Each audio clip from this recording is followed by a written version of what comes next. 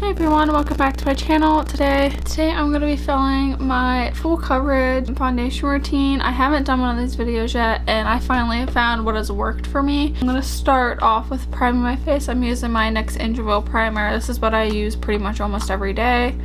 It's just, I feel like it helps my foundation glide on a lot smoother. And since the foundation I'm going to be using today is a little bit more dewy, I'm going to be using my Ulta Mattifying Balm.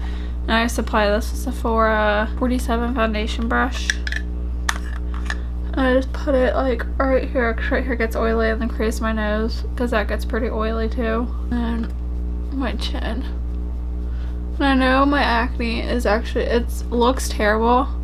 But the only spots I have are these two and then this one. The rest are just marks and scars. It's fading away now. I've been using an exfoliator past like 2 weeks and I feel like it's really helped my skin. It looks a lot brighter than what it usually is. And then I'm gonna go wet my Real Techniques sponge real quick. And then the foundation that I'm gonna be using is the Tarte Rainforest of the Sea. I have two shades. This is Porcelain and this is Fair Neutral. This one's a little too light. This is just a tad bit too dark. So I like to mix them together, that way I get like my perfect shade and I don't look like I'm wearing a face mask. And I just take it. I take the porcelain one. I always add more porcelain because it's like just barely too light for me. Then it's too dark. And I just take a tiny bit of the Fair Neutral on my face like that, and then I blend it out. And usually this much will cover about somewhat like half, like this half, not the forehead half.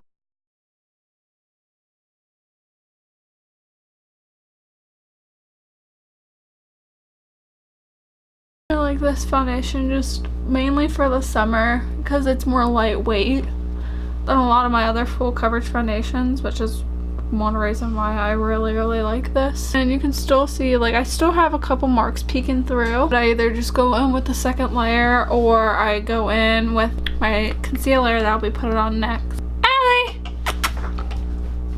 That's my dog. You can never see her just because she's so big.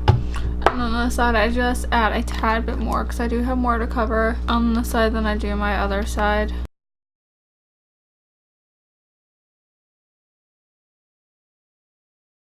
I usually always drag my foundation like down my neck just to make sure it blends a little bit better, even though this does match me pretty well, just to make sure I don't miss any spots. And I take just a little bit right here and a little bit of a drop on each side. That way it'll be pretty even with the color wise. Not one side's gonna be lighter than the other. And then if I have too much like I do now, I just go back through in spots that might need a little bit more coverage. And then as you can see, I do get like, I have no highlight or anything on or nothing luminizing, and it does like kind of luminize your face a little bit. So for the most part, zoom in, this covered almost everything. These are just huge right now. That one's so sore. I don't even know where that came from because I've cut out a lot of stuff in my diet to clear my skin, and it's worked. I switched from milk to vanilla soy milk, which actually I can't tell the difference in the taste at all. And then I've cut out a bunch of like greasy foods. Then I use my Tarte Shape Tape concealer in the shade Fair. It's my favorite concealer at the moment. I love it more than anything, and I don't do as much as like a lot of YouTubers put on. I just put on 3 streaks under my eye because I feel like more than that is just way too much. It goes such a long way, which I love because then I get more usage out of it. And it lasts me forever. My first one lasted like 4 months, and I was going through that Naked concealer in like a month. I was going through the Tarte HD concealer in like 2 weeks. And then whatever's left on my sponge for my eyes, I go around my nose and I try to really push it into the creases of my nose just because I do have a lot of redness. And since I use such full coverage foundation and concealer, that if not all the redness is shown, like my eyes, they look super red because there's nothing on them. I have to put concealer on my eyes too. And I put a little on my chin, and then just some spots I want a little bit more coverage. So since those are just a little bit red, I put a little bit on them, and it covers it pretty good. I'm trying to clear my skin for Warped Tour next week. Not next week. It's in like in a week and a half, and I'm still waiting on tickets for that too. But I really don't want to wear makeup to Warped Tour just because I know it's gonna all melt off, but I really don't want to have acne at Warped Tour too. So I got some powder foundations. I'm gonna see if those cover pretty well and they don't look too like cakey or dry.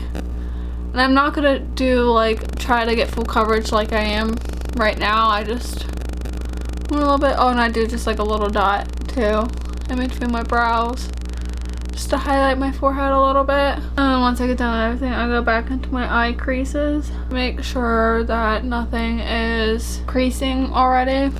And then I go in with my number 7 translucent perfect powder. I love this powder. It's kind of expensive. It's from the drugstore. It's like 12, 13 bucks. And it's not bad, and it's cruelty free. I'm not cruelty free or looking to going into cruelty free. This is cruelty free, and I love this powder. I go with the other end of my sponge so I don't mix liquids and powders together because my sponge gets super cakey if I do that. And I just press this underneath my eyes, and then I put it right here too because I wear sunglasses sometimes because my contacts are so sensitive to the light. That way it doesn't smear my foundation when I wear sunglasses. And I get in my nose creases, smile lines, even though I haven't really gotten them lately. I feel like if I didn't use powder I probably would. And I put a lot on my chin because my chin's usually what gets oily first. And then I do a little bit on some forehead creases because those crease up pretty bad on me too. So I'm gonna finish my eyebrows real quick and then I will be right back to finish the rest of my face. Alright, I just got done with my eyebrows, so I'm gonna go ahead and set my face. I either use the e.l.f. HD finishing powder or I use the Rimmel London Stay Matte powder. I'm gonna use the Stay Matte one just because this foundation is a little bit more dewy.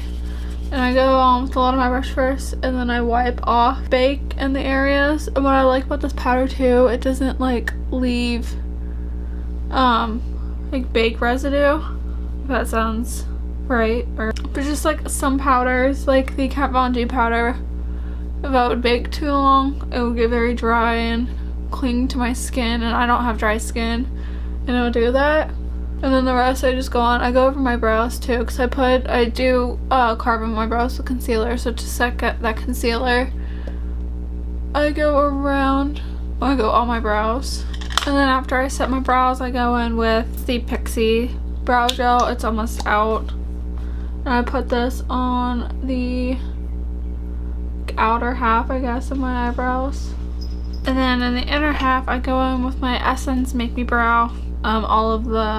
Most of the like print has worn off because I carry this in my like everyday makeup bag that I put in my purse. I put this in the front half to kind of accentuate those hairs that's in the front, so my eyebrows don't look as fake. I go in with my Fawn shade and my Anastasia Beverly Hills palette and contour my cheekbones. I kind of suck in my cheeks a little bit just so I can get that perfect contour.